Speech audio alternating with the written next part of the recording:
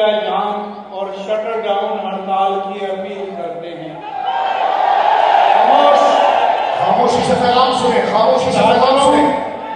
تاجروں اور ٹرانسپورٹر سے امید ہے کہ وہ تعاون کریں گے اور صنعتکاروں اور کاروباری حضرات سے اپنی مطالبہ ہے کہ اسٹاک ایکسچینج کو بھی کل بند رکھا جائے۔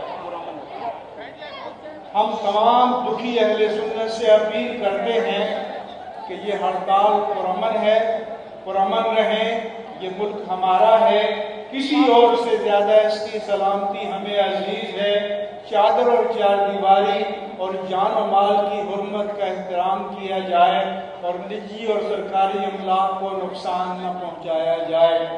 آخر میں بااختیار اور اہل اقتدار سے مطالبہ کرتا ہوں کہ جو کچھ میں نے بیان کیا ہے یہ شہداء اور زخمیوں کے جذبات کی ترجمانی ہے۔ ہمارے پیغام کو لوگوں تک پہنچنے دیا جائے۔